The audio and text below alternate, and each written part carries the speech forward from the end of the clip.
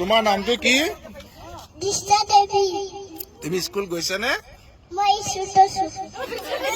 কোন শ্ৰেণীত পঢ়া তুমি? কোন ক্লাছত? No doubt. ক'ত? No doubt. No doubt. Okay.